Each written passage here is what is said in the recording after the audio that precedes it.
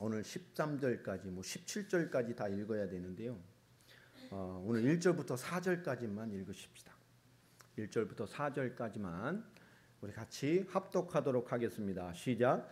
예수께서 산에서 내려오시니 수많은 무리가 따르니라. 한 나병 자가 나와 절하며 이르되 주여 원하시면 저를 깨끗하게 하실 수 있나이다 하기를 예수께서 손을 내밀어 그에게 대시며 이르시되 내가 원하노니 깨끗함을 받아라 하시니 즉시 그의 나병이 깨끗하여지니라. 예수께서 이르시되 삼가 아무에게도 이르지 말고 다만 가서 제사장에게 내 몸을 보이고 모세가 명한 예물을 드려 그에게 입증하라 하시니라. 아멘. 분명히 지난주 우리 선상보훈의 가장 중요한 시작 5장의 팔복부터 시작을 했죠. 그 팔복 하나하나를 우리 한 주씩 해서 팔복만 거의 한 10주를 봤고요. 징그럽네요. 생각해보니까 부연 설명까지 해서 또 그 이전에 종인으로 노래부터 시작해서 쭉 보면 굉장히 깊게 했습니다. 거의 구약의 성취로서의 이 마태복음, 또 하나님 나라의 비밀, 그 성취된 존재로서의 응답을 끊임없이 우리에게 전져주고 계십니다. 애쓰는 것이 아니라 이제 그리스도의 새로운 부름을 받은 하나님 나라의 공동체, 새로운 하나님의 부름받은 그리스도의 공동체는 이제 애쓰는 게 아니에요. 존재적인 축복을 이해하는 겁니다. 여러분 신앙생활 잘하려고 애쓸 필요가 없어요. 그죠? 신앙생활 잘하려고 애써도 안 되게 돼 있습니다. 내 존재가 신앙이 되는 존재가 아니면. 그게 아니면 겉으로는 애쓰지만 힘들죠. 내가 믿음이 아니니까. 내가 그리스도의 은혜와 응답과 영령과 하나님 아버지의 존재적인 축복으로 거듭나지 않으면 애써 본들, 열심히 다녀본들 결국 뭐 돌아가죠? 본질로 돌아갑니다. 그 존재로. 그러니까 하나님은 알고 계신 거예요. 가짜는 절대 하나님 나라에 갈 수가 없어요. 존재적 축복을 모르면. 우린 하나님께서 존재적 축복, 팔복이라는 게 그랬죠. 너는 참 좋겠다. 6장의 핵심이 뭐라 그랬죠? 아버지 찾기 캠페인이에요. 이스라엘 역사 수천 년 동안 없던 개념입니다. 그리스도로 부름받은 존재적으로 완전하게 변화된 우리는 이제 하나님이 누구죠? 율법적인 하나님, 말씀을 준행하는, 그들은 하나님의 은혜와 사랑으로 하나님의 모든 것을 위임받았음에도 불구하고 결국은 이 하나님 안에 주신 언약의 백성의 신앙을, 그들이 말하는 유대교를 글자적 종교로 전락시켜 버렸어요. 글자만 지키면 되는, 그것만 전수하면 되는 본질을 잃어버린 거예요. 그러니 율법의 준수를 강화하지만 더 하나님을 벗어나는 거예요. 여러분 껍데기를 아무리 바꿔본들 하나님이 진짜 나의 아버지가 되어주고 내가 하나님 안에 그 말씀 안에 하나님과 임마누엘 존재로서 인지하지 못하면, 그것이 회복되지 않으면 이 땅에 아무리 말씀을 지키고 하나님 믿었다고 말해본들 하나님 앞에 통하지 않습니다. 그래서 7장에 말하는 것이 뭐죠? 외식하는 자에 대한 기준을 말하면서 우린 그런 것이 중요하지 않아요. 세 가지의 태도에 대한 얘기를 했고, 또 세 가지 두 종류의 문과 두 종류의 선지자와 두 종류의 건축자를 비유하면서 철저히 우리의 삶의 위치가 어디에 있어야 될 것인가를 얘기를 합니다. 이것조차도 율법적인 요소가 아니에요. 우리의 존재적인 응답입니다. 여러분 신앙생활을 막 변하려고 애쓸 필요 없어요. 내 존재가 누군지 이해해버리면 신앙생활은 당연한 것입니다. 하나님이 내게 누구시냐가 당연해지면 이 땅의 신앙생활은 뭐가 되죠? 당연해집니다. 내가 돈 10만 원보다도 못한 하나님을 삶에서 믿고 있으면 10만 원만 넘는 가치가 나오면 하나님을 버리고 그걸 따라가게 돼 있어요. 그렇죠? 내 존재가 하나님의 그 존재를 따라가는 존재가 아니고, 이런 거 굉장히 중요한 거죠. 그러니까 여러분 누구 신앙생활 막 잘해야 돼, 여러분이 염려하고 애쓰지 말아요. 그렇잖아요. 여러분이 김 그리스도, 전 그리스도, 이 그리스도 이러면 여러분이 누구를 염려해야 돼, 막 변화시켜주고 막. 근데 우리가 그리스도가 아니기 때문에 우리 할 수 없어요. 그죠? 우리는 그에게 복음을 주고 기다려주는 거예요. 그가 복음을 받았어도 그 복음으로 자기가 그 존재적인 신앙과 믿음이 자리 잡으면 다 뛰어넘게 됩니다. 그래서 초대교회는 그리스도의 복음을 증거하고 그 위에 계속 그리스도를 증거해서 그것이 답이 나도록 만들었어요. 우리 그 과정이 필요합니다. 우리가 정말로 살면서 그리스도의 복음의 답을 가지고 신앙의 존재적인 답을 가지고 세워지는 것. 네. 여러분이 아무것도 아닌 것 같지만 여러분이 이렇게 듣는 귀가 굉장히 높아요. 제가 하는 설교가 수준 낮은 설교가 아닙니다. 이거 좀 듣다 여러분 일반 또 가서 설교 들어보세요. 대부분 목사님 성경적으로 설교 안 합니다. 자기 경험, 체험, 깨달은 거 여러분 사랑하십시다. 그게 설교입니까? 아니에요. 성경이 뭘 말하는지를 가르치지 않아요. 거기 나오는 행위를 가르쳐요. 거기 나오는 예화를 가르쳐요. 그 말씀이 뭔지를 이해시키지 않습니까? 그러니까 수십 년을 믿어서도 성경 자체가 무엇을 말하는지를 몰라요. 지난주에 봤던 그 열매도 얼마나 우리 다른 설교를 들었어요. 가시도 안 돼. 여러분 가시를 나무 열매를 못 맺어. 엉겅퀴 못 맺어. 여러분 못 맺게 돼 있어. 여러분 맛 더럽게 없어도 열매 맺게 돼 있어. 꼬질꼬질 떼떠서 병 들어가 다 파여먹고 막 찌그러졌어도 열매 맺게 돼 있어. 여러분 나무 열매로 뭘 아는 거예요? 나무를 아는 거예요. 여러분 결론을 가진 자란 말이에요. 오늘 말씀에서 보시면 참 중요한 것이 나오죠. 오늘도 세 가지의 치유 기사가 나옵니다.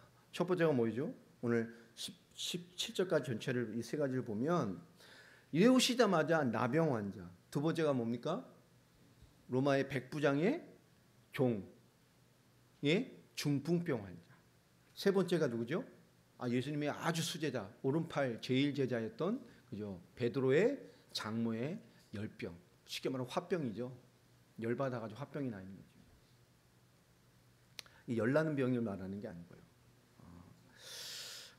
이게 중요한 겁니다. 이걸 전체적으로 보면 오늘 8장 1절이 너무 중요한 절이에요. 예수께서 산에서 뭐 하셨습니까? 내려오시니 수많은 무리가 따르니라. 산에서 내려오셨다. 이건 정말 가슴 떨리는 장면이에요. 하나님 나라의 비밀, 하나님이 성취된 이 생명의 비밀, 존재적인 비밀, 하나님 나라의 통치를 받는 하나님의 자녀와 그 삶의 원리와 그 신앙의 원리와 이 땅의 종말적 승리를 끝까지 7장까지 7 다 선포하시고, 종말론적 얘기를 안 했죠. 전부 선포하시고 비로소 산에서 내려옵니다. 자, 마태복음 4장을 좀 다시 한번 넘어가 볼까요? 23절. 4장 23절.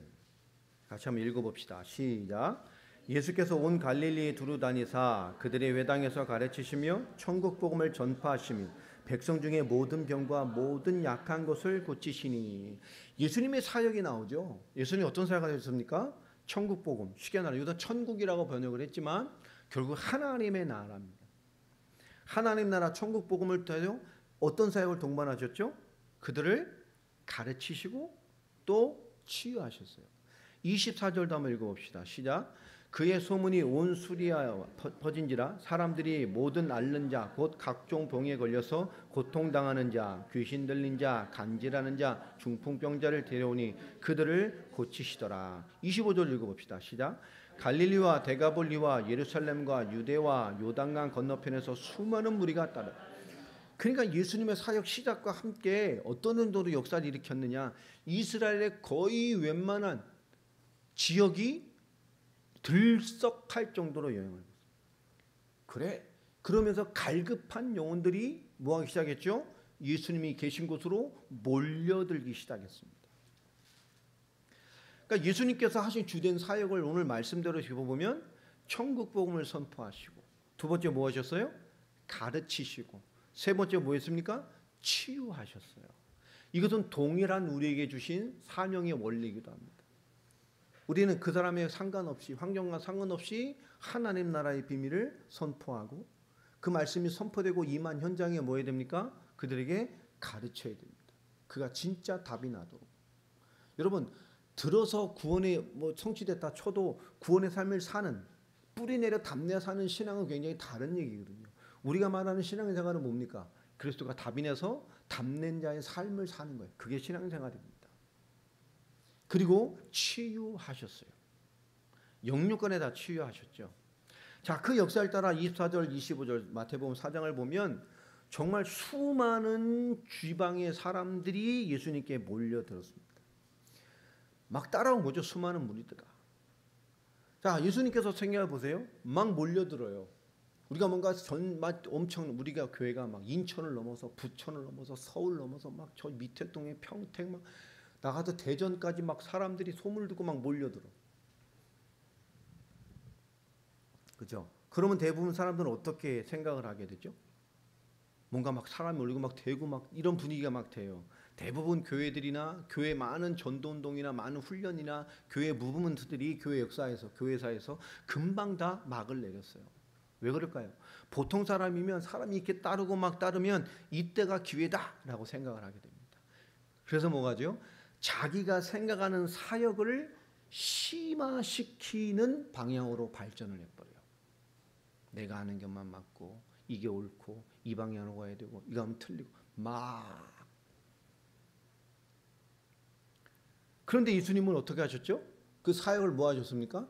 심화시키지 않았어요. 이때가 기회다. 요만한 사람과의 힘을 합쳐서 막 심화시키면 그 방향으로 막 역사 일어나겠죠. 대부분의 이단도 마찬가지, 교회 운동도 마찬가지입니다. 교회사에 많은 전도 훈련들 얼마나 많습니까? 오래 간 것이 없어요. 왜 그럴까요? 그 방향으로 심화시키려고요. 근데 예수님은 어떻게 하셨습니까? 많은 무리가 올려오는 걸 보시고 스탑하셨어요. 그리고 어디로 가셨습니까? 산으로 가셨어요. 그리고 그 몰려오는 자들을 다 산안에 다 포진시키시고 그들에게 뭘 가르쳤죠? 말씀을 가르치셨어요. 그게 산상수훈, 우리가 5장 7장까지 봤던 지난주까지 봤던 7장의 내용입니다. 완전히 다르시죠? 무엇을 시작하기 전에 교회도 마찬가지고 세상도 마찬가지입니다만은 무브먼트를 먼저 시작하는 사람들이 있어요. 이건 위험한 겁니다. 왜냐? 많은 교회 훈련과 많은 교회 많은 일들이 용두사미로 끝난 것들이 너무 많아요. 왜 그럴까요? 세계 기독교 운동들도 멈춘 것이 너무 많습니다. 왜 그러느냐? 이런 거예요. 무브먼트를 먼저 일으켜서 사람이 확 몸 다 따를 것 같죠? 그렇지 않습니다. 막 응답하고 사람 몰려면 내가 하는 것만 맞을 것 같습니까? 아닙니다. 그래서 무너지는 거예요. 그 교만이에요. 여러분, 우리는 하나님의 일을 위한 철학이 공유돼야 돼요. 예수님께서 무엇을 하려고 하는지, 그죠? 철저히 성경적인 가치관이 공유돼야 돼요. 여러분, 철학이 공유되어지고 성경적 가치관이 공유되어지면 아무것도 문제되지 않습니다.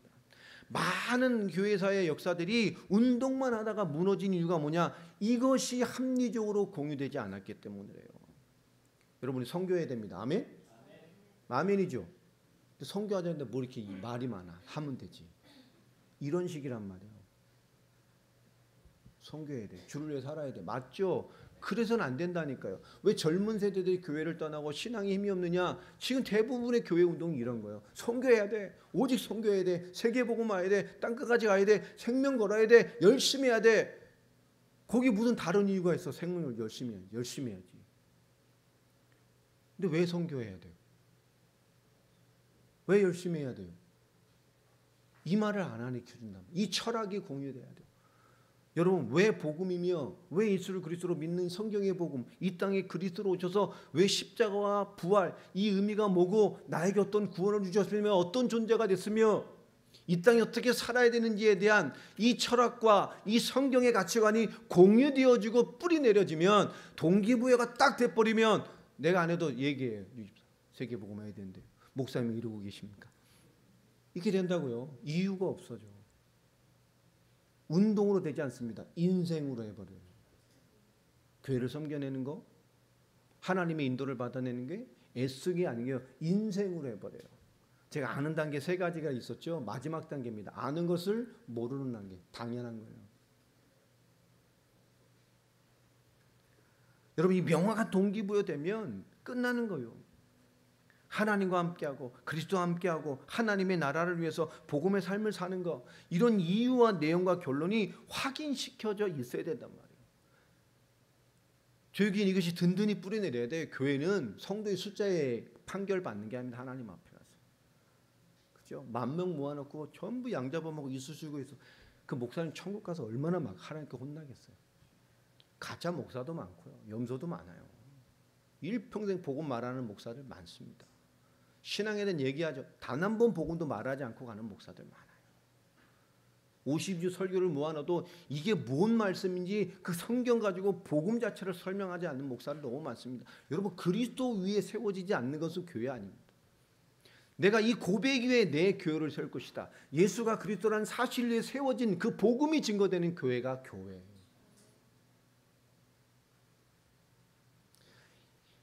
그리고 모든 것을 쏟아부으시고 지금 산에서 내려오신 거예요. 내려오신 그 산 밑에는 지금 어떤 일이 있을까요? 그 첫 사역이 그 말씀을 놀랍도록 쏟아부으시고 지금 내려오셨단 말이에요. 딱 오신데 그 첫 광명이 뭐로 시작합니까? 나병 환자를 치유하셨구나. 우리 이렇게 느낄 때가 많아요. 도저히 치유할 수 없는 병을 기적적인 하나님의 능력으로 예수님이 치료하셨구나. 여러분 이렇게 생각하십니까? 전혀 그런 내용이 아닙니다. 이거는 원래 제가 이것만 가지고도 한 2주 해야 돼요. 제가 지금 3개를 다 끝내려고 이렇게 하면 너무 길 것 같아요. 가지고 막 사모 저 때문에 며칠 시달렸어요. 마태복음 8장 어떻게 정리하지? 8장의 내용이 뭐야? 내가 물어봤어요. 날 쳐다보더라고. 이걸 어떻게 막 계속 8장 너무 양이 많아가지고. 여러분 그런 내용이 전혀 아닙니다. 마태복음은 철저하게 구약에 뭘 설명한다 그랬죠? 성취를 설명하는 거예요. 여러분 나병 환자, 백부장의 하인, 중풍병 걸려. 세 번째 베드로의 장모. 이 세 가지의 치유 기사가 기록이 되는데요. 첫 번째 왜 나병 환자였냔 말이에요. 여러분 레위기서 14장으로 넘어가 보시기 바랍니다. 레위기 14장 1절, 2절, 2절만 먼저 같이 합독합니다. 시작. 여호와께서 모세에게 말씀하여 이르시되 나병 환자가 정결하게 되는 날의 규례는 이러하니 곧 그 사람을 제사장에게로 데려갈 것이요. 여러분 나병 환자, 그죠? 이건 악성 전염성 피부병을 말하는 건데요. 이거랑 비슷한 게 나병이기 때문에 우리나라에서는 나병 환자라고 말합니다. 이 나병 환자는 어떤 규례를 가지고 있습니까? 율법적으로 성경의 절차를 따라 보면 부정한 병입니다. 그래서 함께하면 안 돼요, 그죠? 그래서 어떻게 해야 되죠? 격리해야 됩니다. 들어오면 어떻게 되죠? 죽어요. 율법으로 심판을 받습니다. 근데 특이한 것이 성경에 여러 가지 치료에 대한 얘기가 나옵니다만은 성경에는 나병에 대한 치료법이 기록되어 있어요? 안 돼 있어요? 없어요. 전혀 언급이 없어요. 그리고 뭐만 기록되어 있죠? 만일 낳게 되면 어떻게 해야 된다라는 내용만 기록이 되어 있습니다. 치료법 자체는 기록이 안 되어 있어요. 오늘 3절 4절 이어서 레위기 14장 3절 4절 2절 또 있습니다. 시작. 제사장은 진영에서 나가 진찰할지니 그 환자에게 있던 나병 환부가 나았으면 제사장은 그 정결함을 받을지를 자를 위하여 명령하여 살아있는 정결한 새 2마리와 백향목과 분홍 홍색 실과 우슬초를 가져오게 하고 5절도 있습니다. 제사장은 또 명령하여 그 새 하나는 흐르는 물 위 질그릇 안에서 잡게 하고 6절도 읽어요. 다른 새는 산채로 가져다가 백향목과 홍색 실과 우슬초와 함께 가져다가 흐르는 물 위에서 잡은 새의 피를 찍어. 뭔 말입니까? 오늘 나병 환자에 대한 판별법을 얘기하는 거예요. 말씀 자체고요. 자, 그런데 레위기는 14장 3절 4절을 보니까 이것이 나았으면 진찰을 누구한테 받아야 돼요? 의사한테 하는 정상이지. 우리 병에 대한 진찰을. 근데 성경은 누구에게 하라 그러죠? 제사장에게 하랍니다. 당시에도 의사와 같은 직분이 있었어요. 고대 사회에도. 그런데 의사에게 가는 것이 아니고 이 나병은 제사장에게 가라고 얘기를 합니다. 환자는 의사에게 가야죠. 근데 희한하게 나병은 제사장에게 가라 말합니다. 왜냐냐? 나병은 이스라엘 전통에 의하면 영적인 메시지로 여기기 때문에 그래요. 그러니까 다시 말하면 하나님의 징벌로 이해하고 있습니다. 그래서 부정되고 격리시켜야 돼요. 그래서 그 사람의 낫는 여부는 영적인 메시지고 하나님의 징벌이기 때문에 의사가 아니라 누구에게 갑니까? 제사장에게 확인받습니다. 그리고 4절부터는 드디어 그것에 대한 나은 자에 대한 정결의식, 판별의식이 기록되어 있어요. 자, 이제 4절 5절을 보면 그 의식에 사용되는 제물이 있습니다. 그게 뭐죠? 그냥 새가 아니에요. 어떤 새입니까? 예, 정결한 새, 흠없는 새. 정결이란 이름을 가진 새가 아니에요. 정결한 새 2마리를 가져다가 한 마리는 어디서 합니까? 한 마리는 어떻게 돼요? 흐르는 물 위에 질그릇을 띄워놓고 그 위에서 뭐하죠? 잡아요. 죽인단 말이에요. 피 흘리고. 이 제사의 방법으로. 자, 죽인 다음에 뭐합니까? 예? 죽인 다음에 뭐예요? 구워 먹어요? 피 받아서 뭐하죠? 6절에 보세요. 또 제사장은 명령하여 그 새 한 마리는 흐물리는 물질그릇에 잡게 하고 6절 다른 새는 죽여요 안 죽여요? 안 죽여요. 산채로 가져다가 뭐합니까? 똑같이 백양목과 하나님께 드릴 향기죠. 홍색실과 피의 비밀을 말하는 거죠. 우슬죠. 정결히 하는 방법을 쓰이는 겁니다. 함께 가져다가 흐르는 물에서 잡은 새의 피를 뭐하죠? 찍어서 뭐합니까? 나병에서 정결함 받은 자에게 7번 뿌려 뭐하다 가죠? 뿌리고 정하다. 뿌리고 정하다. 그리고 뭐합니까? 정하다. 그리고 그 새는 뭐합니까? 들에 놓여집니다. 자유함을 얻어요. 여러분 무엇을 말하는 걸까요 이게? 여러분 7번 피를 바르고 정하다. 바를 때마다 정하다. 또 피 바르고 정하다. 죽은 새의 피. 그 질그릇 위에 물 위에 흐르는 물. 닫힌 물이 아니에요. 흐르는 물 위에서. 여러분 이 질그릇은 무엇을 의미할까요? 새는 무엇을 의미할까요? 이것이 나병과 무슨 의미가 있을까요? 율법에 격리되고 하나님이 진노를 받았다고 하는 그 나병이라는 율법 말씀 앞에 오늘 무슨 의미로 이 말씀을 하시고 계시고 산에서 내려온 그 하나님의 복음과 하나님 나라 앞에 왜 이 첫 사건을 예수님께서 담당하셨을까요? 선택을 하셨을까요? 여러분 질그릇은 누구죠? 하나님이 이 땅에 질그릇 같은 볼품없는 우리의 모습으로 오셨어요. 오셔서 뭐 했습니까? 그 육신으로 오셔서 우리 같은 육신으로 오셔서 그 질그릇 위에 흐르는 물은 무엇을 말하죠? 성령의 역사입니다. 하나님이 일하시며 하나님의 끝없는 구원의 역사를 이루어가신 하나님의 성령의 일하시며 성전에 흐르는 물이 흘러내려서 우리를 덮어야 되죠. 하나님의 역사란 말이에요. 그 위에 이 땅에 하나님이 질그릇 같은 모습으로 오셔서 뭐 하셨어요? 그죠? 그 새 정결한 새 죽으시고 피 흘리셔서 대속해 죽으셔서 그렇게 죽어야 될 우리를 위하여 뭐 하셨죠? 대신 죽으시고 그 죽으심으로 그 남은 새는 뭐 했습니까? 자유함을 얻게 됐어요. 그리고 율법에 저주받은 하나님의 진노받은 그 영혼은 정함을 선포를 받고 그 육신 또한 뭐죠? 정해졌어요. 무슨 말인지 이해하십니까?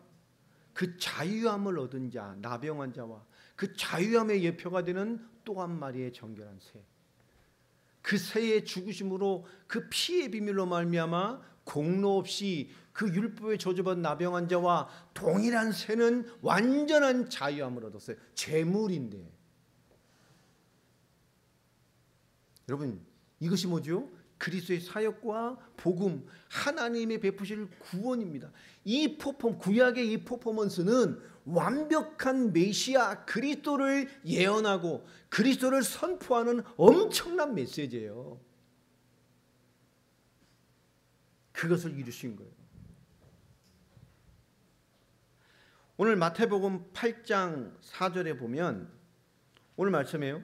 예수께서 이르시되 삼가 아무개도 이르지 말고 다만 가서 제사장에게 내 몸을 보이고 모세가 명한 예물을 드려 그들에게 입증하라 하시니라. 여러분 나병한 자는 깨끗함을 입었습니다. 그리스도의 구원을 받은 자, 그리스도의 피의 은혜를 입은 자는 그리스도의 복음이 성취된 자는 이제 완전한 깨끗함을 받은 구약의 완전한 성취로 완성되어진 더 이상 진노와 하나님의 징계의 대상이 아닌 완전한 거듭난 새 피조물이 됐다는 사실을 선포하라는 거예요. 그 모델로 이 나병 환자가 나온 겁니다. 그리스도의 복음이 성취된 자의 첫 모델이죠. 산상보훈 후에 율법을 완성합니다. 율법을 뛰어넘는 하나님의 말씀의 성취의 첫 모델로서 나병 환자가 쓰임 받게 된 거예요. 이 그리스도의 죽음이 없이는 우리는 정결해질 수 없고 하나님이 받으실 만한 존재가 될 수 없어요. 하나님의 영적인 자유자가 될 수 없습니다. 이 퍼포먼스는 그냥 한 게 아니에요. 복음을 설명하시는 거예요. 팔복 이후에 산상순에서 말하는 내가 누구냐를 설명하는 거예요. 예수 믿는 공동체가 이 현장에 대하여 세상에 대하여 누구냐를 알려주시는 거예요. 예수가 그리스도십니다. 그분이 우리의 구원의 유일한 답이시고 세상 문제를 떠나 완전한 하나님의 복음의 자유로 살아가 하나님의 자녀로 완성하는 유일한 답, 말씀 성취의 주역이 누구냐? 그 예수 그리스도. 예수 그리스도의 공동체는 세상에 대하여 이런 존재들입니다. 여러분, 죽어가는 영혼들을 살려내는 영혼들 되기 바랍니다. 그게 우리 존재적 축복이에요. 이게요. 참 중요한 축복이잖아요. 어마어마한 메시지입니다. 단순히 나병 환자 나은 게 아니에요. 더 중요해서 뭐죠? 오늘 제사장 되신 그리스도를 깊게 나타나는 거예요. 그리스도를 완전히 언약의 성취를 말씀하시고 내려오셔서 오늘 율법의 죄와 저주에 엮였던 문둥병자들, 당연한 복음의 공동체에 들어왔을 뿐만 아니라 복음 안에 들어오고 하나님의 은혜 안에 들어오면 뭐 해야 돼요? 잡아 죽여야 돼요. 은혜 안에 올 수 없어요. 하나님의 역사의 공동체에 올 수 없어요. 하나님 앞에 부정한 죄인은 올 수 없습니다. 그리스도를 만나면 죄와 사망의 법에서 너를 해방하였습니다. 아무 공로 없이 철저한 죄와 저주의 인생을 그리스도 만나면 해결되는 거예요. 참 제사장 되신 그리스도의 완전함을 보이시는 거예요. 내가 누구냐? 그리스도. 그 해답이 메시아다. 너희가 말하는 그렇게 진노받을 모든 죄와 저주를 끝내시는 완전한 답. 단번에 영원히 완전하게 하신 그리스도, 뭐래요? 그 십자가 부활의 비밀. 그것을 잊지 말라고 구약에서는 레위기 통해서 이 정결의 비밀로 제사장을 통해서 모든 하나님을 떠난 죄와 저주와 진노와 재앙을 해결하는 답을 정결한 두 마리의 새, 한 마리의 희생을 통해서 나만 한 마리가 완전한 자유를 얻고 그 자유와 회복의 비밀로 그 혜택을 입은 사람 누굽니까? 나병 환자 자신이요. 우리에게 성취된 복음을 그대로 설명한 거예요. 지금 그것을 그대로 재현한 거예요. 구약 전체를 가지고. 자, 그리고 간져서 가버나움에 들어가시니 누가 옵니까? 이 역사 이후에 그 지역에 있는 점령군이죠. 말하면 로마 백부장, 장교, 그가 사람을 보내서, 우리는 그가 왔다 그랬지만 실제로는 사람을 보낸 것이죠. 왔습니다. 근데 더 중요한 얘기가 있어요. 여러분, 이 나병 환자와 이 백부장이 연결고리가 있습니까? 없습니까? 왜 이걸 이렇게 해놨을까요? 하나님께서. 우연히 없는 하나님께서. 무슨 연결고리가 있을까? 특별히 백부장은 점령군이잖아요. 우리 일제 강점기 때 말하면 누굽니까? 일본 장교요. 보기만 해도 막 어떻게 했어요? 막 꼬라지가 나고 막 우리가 지금 같았으면, 여러분, 우리가 너무 친근하게 대하겠어요? 정서적으로? 우리 입장은 이해되는 입장이에요. 점령군 장교잖아요. 친근하게 대했겠어요? 그럴 수 없는 거. 유대인은 반감 자체의 존재입니다. 그리고 이방인이잖아요. 유대인에게 이방인은 어떤 존재입니까? 영적으로나 신앙적으로나 하나님 앞에 정체성의 시선으로 부정한 존재들이에요. 짐승 같은 존재를 봤잖아요. 짐승이나 매 안 밥사 저것들은 하나님 주신 영혼도 없는 것들 이랬잖아요. 그러니까 정서가 시대적으로도 철천지 원수고 영적인 가치 하나님 앞에 기준으로 봐도 완전히 부정한 존재들인 거예요. 근데 이 사건에 대해서 더 잘 기록된 것이 누가복음입니다. 이거 놔두시고 이렇게 저번에 누가복음 7장으로 한번 넘어가 보세요. 누가복음 7장 1절부터 보면 예수께서 모든 말씀을 백성에게 들려주시기를 마치신 후에 가버나움으로 들려가시니 이 산상운동 끝났어요. 이제 들어가셨네. 누구를 만납니까? 어떤 백부장에 뭐라고 되어 있어요? 사랑하는 종이 병들어 죽게 되었다. 이 돼 있어요. 근데 종으로 쓰인 단어가 헬라어에도 여러 가지 종류가 있어요. 종도 뭐 실제 우리나라 종도 여러 가지 종류가 있었잖아요. 집안에서 쓰는 종도 있었고 출퇴근하는 종도 있어서 우리나라에도 출퇴근하는 독립적인 종도, 종이 다 집안에서 마당새야 오는 종만 있는 게 아니에요. 출퇴근하는 족자적인 가정을 가지고 출퇴근하는 종도 있어. 종 종류가 여러 가지. 근데 여기서 말하는 종은 어떤 종입니까? 슬레이브예요. 완전 노예란 말이에요. 노예. 그러니까 그 당시에 마태복음 서론 때 얘기했죠. 노예는 어떤 존재였죠? 짐승이잖아요. 재산이잖아요. 물건이란 말이에요. 이 생각해 보세요. 근데 종을 어떻다고 말하죠? 사랑하는 종. 그럼 이 수식어는 누구의 입장에서 기록된 거예요? 누구요? 백부장의 입장으로 기록된 거예요. 야, 그 당시에 로마는 물건이에요. 그건 짐승이란 말이에요. 내 소유의 재산 목록 하나예요. 이런데 그를 인간적으로 뭐 했다는 거죠? 사랑했다는 거예요. 이 백부장, 이 지배자의 장교, 유대인에겐 적대시했던 이 사람을. 근데 더 중요한 것은 뭐냐? 그 사랑하는 종이 막 중풍에 걸렸어요. 너무 아꼈던 종인 것 같아요. 근데 예수의 소문을 듣고 누구를 불러요? 그 지역의 유대교의 리더들이죠. 장로들 몇 사람을 부탁해서 장로들은 이 지방 리더들이잖아요. 그 지역에 예수님께 좀 가셔서 내 종 좀 구해 주시기를 좀 부탁드립니다. 그러면 이 정서적 보면 점령군인데 우리 같았으면 네 종이 나랑 무슨 상관인데 뭐하러 가요? 갈 필요가 없지. 4절 한번 읽어봅시다. 시작. 이에 그들이 예수께 나와 간절히 구하여 이르되 이 일을 하시는 것이 이 사람에게는 합당하나이다. 이들이 왔어요. 그의 부탁을 따라. 그 예수님께 와서 뭘 하죠? 그가 말하는 이 부탁, 말하는 간절히 구하는 이것을 예수님께서는 해주시는 것이 뭐라는 거죠? 합당합니다. 그것이 옳습니다. 이 말이에요. 5절 읽어봅시다. 시작. 그가 우리 민족을 사랑하고 또한 우리를 위하여 회당을 지었나이다. 여러분 이건 나오죠. 그가 어떤 사람이었어요? 어떤 인품이었어요? 어떤 인생을 산 사람인지 알 수 있겠죠. 점령군 장교인데도요. 그 지역 신앙의 리더들이 그 사람의 부탁을 따라 예수님 앞에 와서 그 사람을 변론해주고 이 사람의 부탁을 있는 들어주셔야 됩니다. 왜냐? 그들은 우리 민족을 사랑해요. 어떻게 그 지역을 다스렸는지를 알겠죠. 그 사람들을 어떻게 대했는지 알고 있는 사람입니다. 그리고 무엇까지 지어줬어요? 회당입니다. 시나고그. 이거 짓는데 보통 돈 많이 드는 게 아니에요. 이거. 그냥 교회 하나 짓는 게 아닙니다. 시나고그는. 뭐가죠? 숙박시설, 교육시설, 예배시설, 모든 교제시설이 다 들어가 있는 거예요. 여러분 지금도 가보세요. 유대인들 회당 세계 곳곳에 다니고 보면. 거기가 뭐가 되죠? 유대인의 모든 것을 공유하는 공간입니다. 지나가는 유대인은 숙박도 제공해주고 거기서 정보도 응해주고 내가 잠시 오래 머물 것 같으면 유대인끼리 연결돼서 그 사람이 알바하면서 있도록 제공돼. 모든 커뮤니티 다 연결되는 것이요. 예배도 있고 평양 모임도 있고 계층별 모임도 있고 직업별 모임도 있고 거기서 모든 게 다 이루어져요.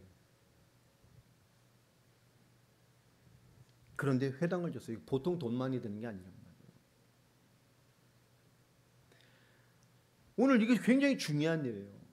여러분 생각해 보세요. 어떻게 이런 사람이 될 수 있죠?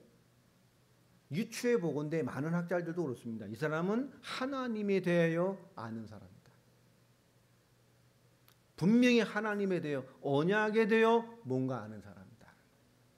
그렇지 않고서는 그 로마 사람이 그 낮은 종까지 사랑하고 섬겨가고 그 한 사람의 질병을 위해서 이렇게 부탁을 하고 그 유대인까지 인정하고 그들까지도 그들의 말에 순응하고 그가 하나님을 섬기는 민족들을 소중히 대하고 또 하나님의 신앙을 지켜낼 수 있도록 회당까지 지어줬다는 것은 하나님과 언약을 알지 않고서는 해낼 수 없는 일이에요.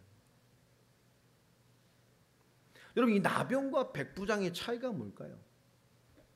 이 백부장의 종, 이 차이가 사역의 차이가 뭘까요?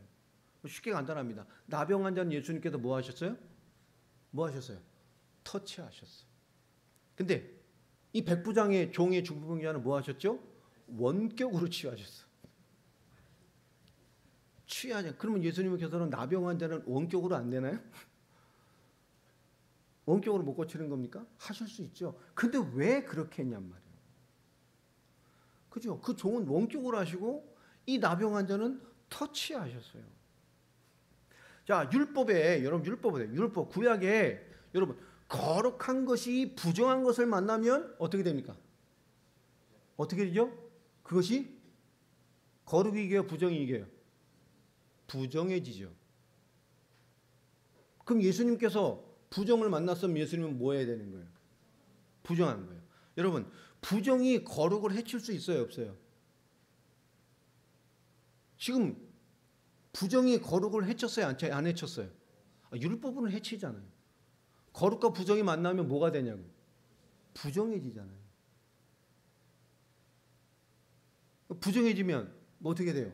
율법의 죄책, 그 책망을 받아야 된단 말이에요. 그러면 예수님이 부정을 만졌어. 그럼 예수님은 어떻게 돼? 부정해야 되잖아요. 부정이 거룩해질 수 없단 말이에요, 이 말씀에는. 근데 예수님께서 뭐 하신 거죠? 대신 부정해져서 그 죄와 저주를 다 짊어지시고 그를 뭐 한 거예요? 깨끗하게 하신 거예요. 그런데 예수님은 자체가 하나님이시기 때문에 부정해질 수 있어요, 없어요? 모든 부정을 짊어지시고 대속하시고 그 부정의 모든 것을 감당하셔서 하나님의 수준으로 모든 것을 은혜로 성취시켜 버렸어요. 왜 그렇게 하셨을까? 율법의 성취, 말씀의 성취가 무엇을 말하는지를 보여주시기 위해서. 단순히 나병을 고치신 사건이 아닙니다.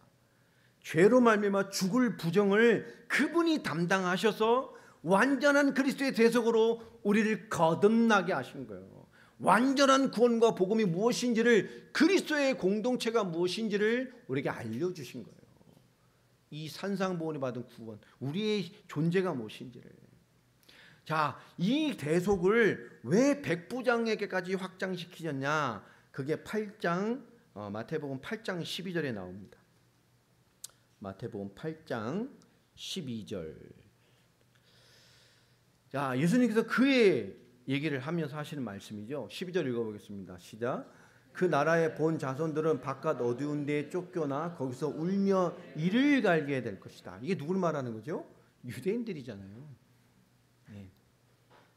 본 자손들, 우리가 말씀 받았어. 그죠? 유대인도 당연히 천국 구원받는다 이런 개념 없어요. 성경은. 그들도 누구를 믿어야 돼요?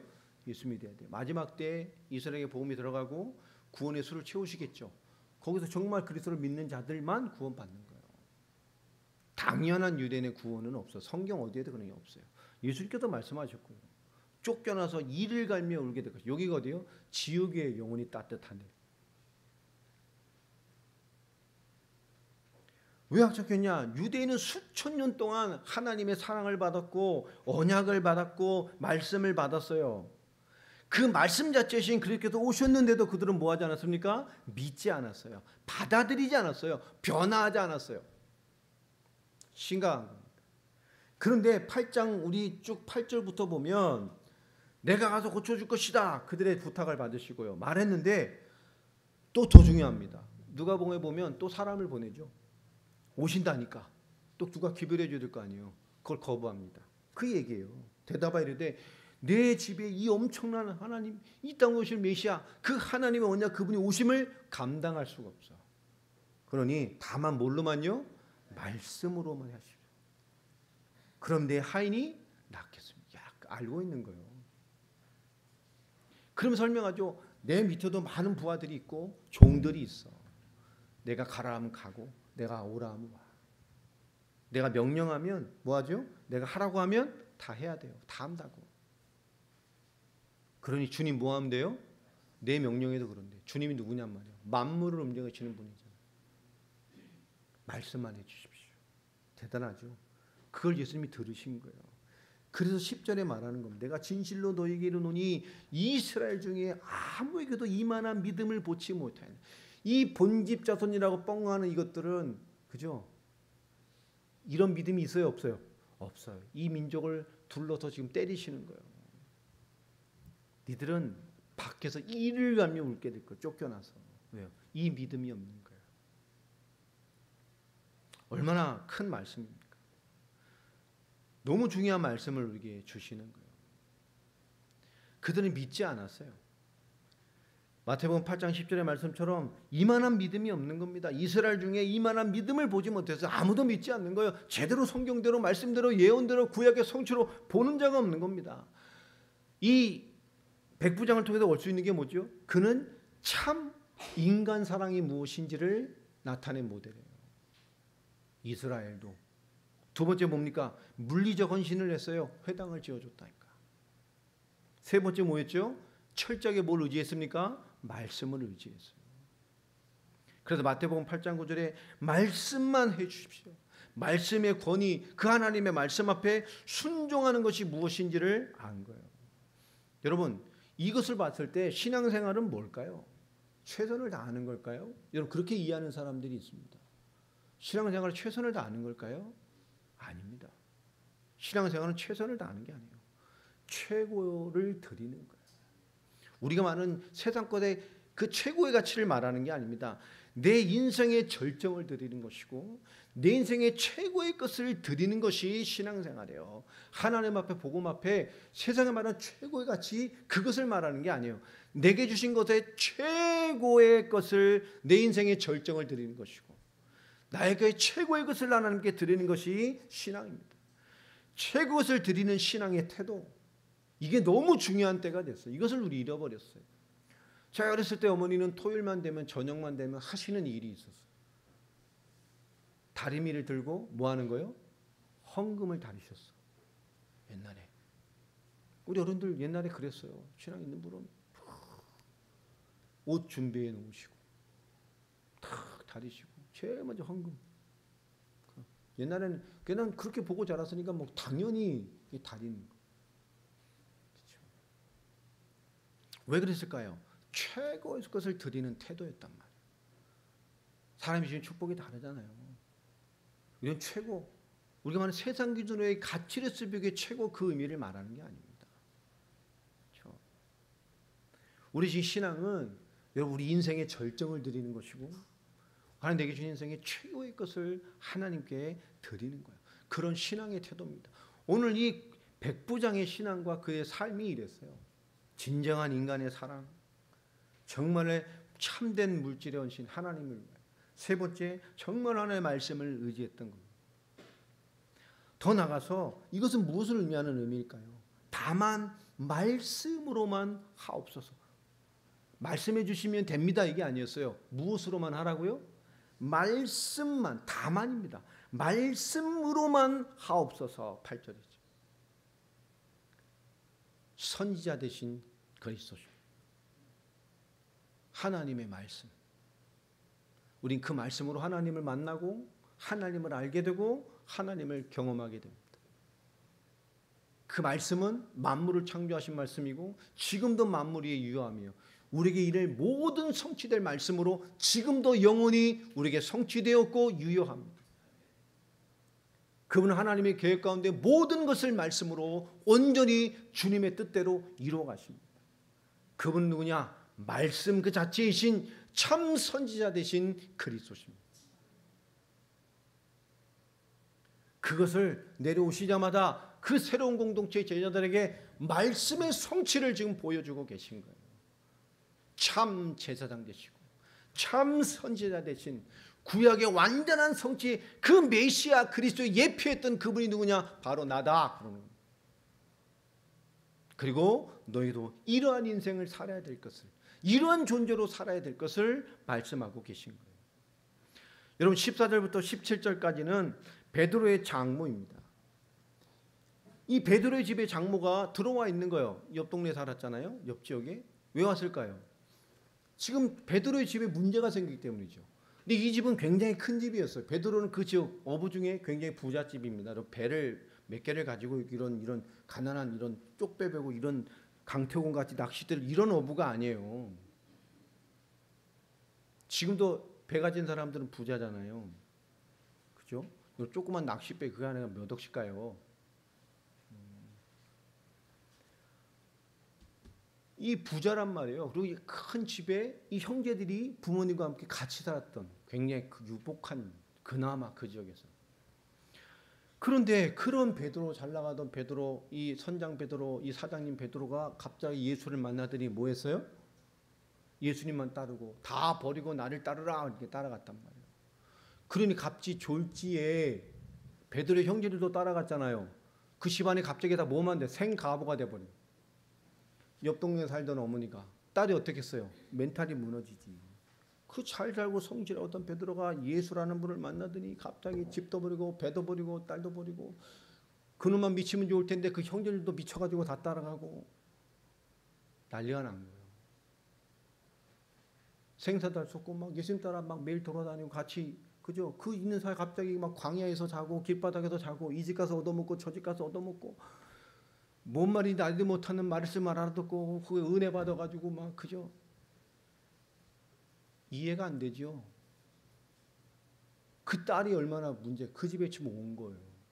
그 딸과 상황을 보고 보니 어떻게 돼요? 우리가 말하는 화병이 걸리는 거예요. 이게 열병, 이게 분사입니다. 계속 열이 진행되고 있는 거예요. 열이 계속 나는 거예요. 우리가 말하는 화병이에요, 화병. 정신병이 걸린 거 화병이 걸려가지고. 이 꼬라지를 보니 내 딸이 막 불쌍하고 막 저놈이 미쳐가지고 막 집 버리고 다 버리고 저게 예수 믿는다고 미쳐 돌아다니고 이 화병이 걸린 거예요. 예수님을 모시고 베드로가 왔어요. 그 열병을 알아 누웠단 말이에요. 근데 예수님께서 뭐 하십니까? 만지시니 열병이 떠나. 근데요 베드로의 장모라고 하면 될 텐데 15절에 뭐라고 번역을 해놨죠? 여인이라고 말합니다. 여러분 왜 그랬을까요? 여러분 그 당시 유대, 그 당시 그 지방의 내용을 보면 여러분 나병, 이방인, 여인 셋 다 어떤 대상들입니까? 마태복음 들으면서 이해되시죠? 어떤 대상이죠? 당시에는 부정하고 무가치한 존재들이에요. 철저히 역사와 모든 사회와 모든 것의 아웃사이더입니다. 여기 하나 더하면 어린아이들. 철저하게 외면하는 대상이란 말이에요. 나병, 이방인, 여인. 여기서 수종들더라. 이것도 분사입니다. 계속 섬기게 되었다 그 말이에요. 그죠? 답이 날 뿐만 아니라 난 것뿐만 아니라 예수를 계속 섬겨내는 존재가 되어버렸어요. 자, 그 뒤에 보면 저물매의 사람들이 귀신 든 자를 많이 데리고 와서 베드로의 집이 이때만 종합병원이 돼버린 거예요. 근데 무엇으로 했습니까? 말씀으로 귀신들과 병든 자를 고치시니 이는 선지자 이사야를 통하여 하신 말씀에 우리의 연약한 것을 친히 담당하시고 병을 짊어지셨도다 함을 이루려 합니다. 아멘. 그죠? 그분이 우리를 치유하십니다. 그리고 인간의 모든의 문제와 고통의 근본인 대적, 사단, 마귀, 악한 영들에게 대하여 뭐 하셨죠? 승리하셨어요. 누구십니까? 참 왕 되신 그리스도. 그분은 내려오셔서 이 그리스도의 삼중직, 그리스도가 누구시며 이 말씀을 너에게 준 내가 누구며 내가 이 땅에 이룰 일이 무엇인지를 오늘 내려오시자마자 그 병든 현장에, 율법에 찌들은 현장에 도무지 나를 못 넘어서 주님을 만나는 삶을 이해 안 되니까, 주님 만나는 삶을 이해 못하니까 화병 걸렸어요. 그분이 누구신지 모르니까. 만물을 다스리는 하나님을 알게 됐다면 여러분 그분을 따라가는 것이, 세상을 뛰어넘는 것이 여러분 가슴 아픈 일입니까? 아니란 말이에요. 참된 하나님의 통치를 이해하지 못하니까. 여러분 오늘 내려오셔서 이 그리스도의 삼중직, 하나님 나라의 비밀을 소유한 그 은혜가 임할 가장 강력한 비밀을 우리에게 친히 제자들 앞에 성취로 보여주신 거예요. 오늘 우리의 신앙도 동일합니다. 다음 주는 이 고침받은 예수님의 무리들이 어떻게 예수님을 따라가게 되는가라는 것이 다음 주에 이제 이어져 나와요. 여러분 오늘 세 가지의 치유 기사를 통해서 이건 다 같이 병 고쳤다는 얘기가 아닙니다. 철저하게 하나님의 말씀의 구역의 성취, 그 하나님 나라의 비밀을 가진 새로운 공동체 임한 그리스도의 복음이 무엇이며 내가 무엇이며 우리에게 임하는 은혜가 무엇인지를 말씀의 성취를 제자들 앞에서 현장으로 보여주신 본격적인 공생의 시작을 알리시는 복음 성취, 구약 성취의 사역의 첫 걸음입니다. 우리 인생에도 동일합니다. 이분은 지금도 우리에게 동일하게 살아서 역사하셔요. 약한 분들 은혜 구하시고 이 그리스도의 이름을 선포하시고 여러분 힘 얻으시기 바랍니다. 우리 세상과 비교하는 게 아니에요. 하나님 나라의 배경, 하나님 나라의 소유된 그 비밀을 가진 자로서의 우리의 신앙은 이 안에 있어야 해요. 여러분 종교인 되면 안 됩니다. 교회 다니면서 하나님이 제일 싫어하는 게 종교인이에요. 그죠? 종교인 되면 안 돼요. 행위로 승부 걸면 안 됩니다. 복음과 믿음을 점검하고 내 존재적인 응답을 해야 돼요. 주님 앞에 섰을 때 그렇잖아요. 아 내가 참 바탕한 천국과 구원의 은혜를 누릴 사람이구나. 이게 불편함이 없어야 돼. 그렇죠? 근데 이게 좀 불편하고 껄쩍지근한 사람은 빨리 복음으로 돌아와야 돼. 행위를 바꾼다고 하면 기뻐하는 게 아닙니다. 그 존재적 그 나무가 돼야 돼. 나무. 그렇죠? 열매를 바꿔보려 하지 마요. 그렇잖아요. 하나님은 우리가 잠시 뭐 해보는 걸 감동하는 분이 아니에요. 그렇잖아요. 하나님 잠시 우리가 뭘 잘해보려고 애쓰는 걸 감동하는 분이 아니라 여러분 설교를 잘못하면 그렇게 가르쳐요. 아니어도 그런 것처럼 해야 돼. 막 열심히 해. 막 은혜 받는 것처럼 막 말씀도 못 알아듣는데 은혜 받는 것처럼 막 예배 시간에 예배도 안 돼. 예배 실패했으면 한 것처럼 이렇게 뻔뻔할도 돼요. 우리는 또 그렇게 부름 받았기 때문에 은혜로 구원 받았으니까. 그렇죠? 주의 공로로 끊임없이 우리를 덮어주시니까. 그런데도 그렇게 되면 좋은 열매로서 우리가 정말 하나님의 영광스러운 열매로서의 열매는 맺겠지만 그렇죠? 우리가 정말 더 좋은 하나님의 열매 되기 위해 우리 끊임없이 노력을 해야 됩니다. 성장을 해야 돼요. 듣는 성장, 받아내는 성장, 삶이 되게 하는 성장. 그렇죠? 제일 중요한 건 기복이 없어져야 되고 여러분 기복 정말 무서운 거예요. 신앙이 업앤다운이 없어지. 이거는 기복 신앙, 뭐 주세요라는 신앙보다 더 무서운 겁니다. 우리 하나님 안에서 여러분 잔잔히 변함없이 주님이 이루신 말씀들을 붙들고 살아가는 믿음의 주역들이 되시기를 예수님의 이름으로 축복합니다. 이것을 정말 이해해야 이 고침받은 무리들이 어떻게 예수님을 따라가게 됐나 이제 그 뒤에 그 얘기들이 나오는 거예요. 어떻게 따라갈 것이냐. 진짜 발견한 자들, 진짜 체험한 자들, 진짜 안다면 어떻게 따라가야 되는가. 오늘 주시는 이 8장이 그 말씀을 우리에게 주시고 있어요. 여러분 우리 그리스도로 우리 모든 은혜가 성취된 자들입니다. 그죠? 그 평안함을 누리세요. 그리스도의 언약과 현양 우리의 삶. 내가 그 모델입니다. 내가 그 증거물이에요. 그렇죠? 자, 우리는 이제 종교인이 아니에요. 교회 다니는 사람이 아닙니다. 그렇죠? 우리는 하나님의 자녀요, 하나님의 아버지를 모시는 이 땅의 복음의 주역들입니다. 그 복음 그리스도를 탁 붙들고 승리하는 믿음의 사람이 되길 바랍니다. 전부 뭐예요? 구약 성취예요. 구약 성취. 전부 구약에 대한 성취를 말씀하시는. 말씀 자체의 성취. 우리의 약속을 다 설명하는 거예요. 그러면서 그리스도를 드러내시는 겁니다. 우린 그리스도로 말미암아 그 이름을 부를 수 있는 최고의 응답을 가졌어요. 옆에 한번 인사할까요? 지치지 맙시다. 한 번 더 인사합시다. 눈을 똑바로 뜨세요. 예, 눈 똑바로 딱 뜨고 그냥 그죠? 눈 딱 뜨고 우리 제대로 하나님 인도받아 살아가야 돼요. 제일 싫어하는 게 눈에 힘 빠진 사람들. 예전에 막 청년 사회가 그럴 때도 이렇게 눈에 힘 풀려 다니는 애들이 있어요. 그런 놈 앞에 가면 성령체로 뒤통수를 한 대씩 때리고 팍 때리고 번쩍 맞아. 늘 하던 말. 너는 좀 말씀으로 충격을 받아야 되겠다.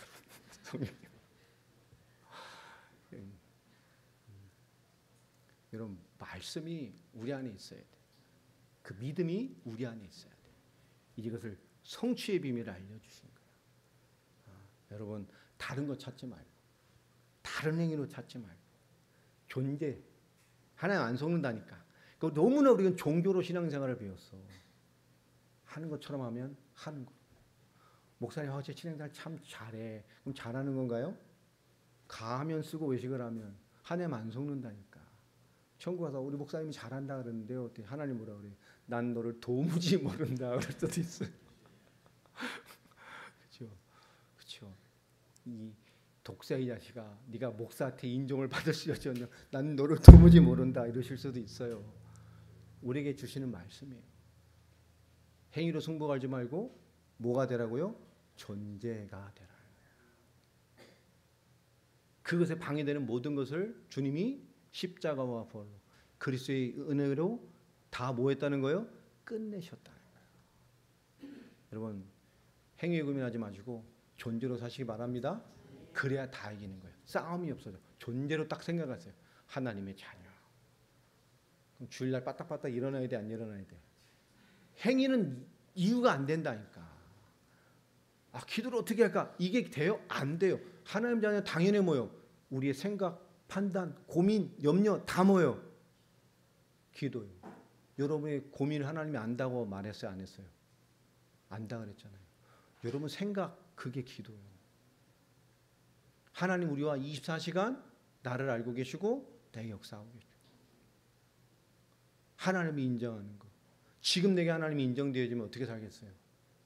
예배 말씀인데 잠이 와? 안 와. 하나님 여러분 존재가 되면 존재로서 있으면 아무 헛된 싸움이 없어져 버려요. 왜 싸우겠어요? 그 존재가 돼보려고 하니까 이 빌어먹을 옛 존재가 뭐야? 안 나죠. 왜 싸워요? 내 몸과 감각은 뭐가 더 편해?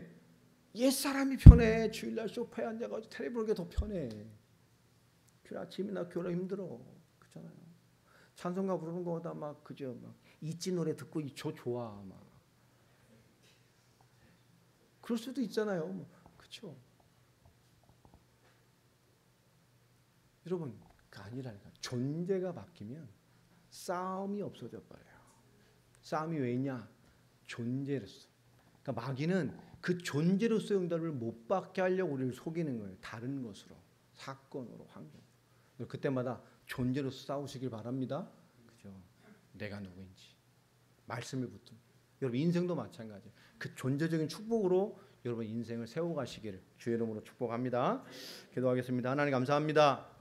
오늘 주신 말씀 앞에서 그리스도 예수의 언약 안에서 우리의 부르심 앞에 그 주님이 주신 언약 앞에 우리의 삶과 신앙을 되돌아보며 하나님의 거룩한 역사를 이뤄가는 우리 한 사람 한 사람의 거룩한 열매됨의 인생으로 세우시고 인도하시고 역사하여 주시옵소서.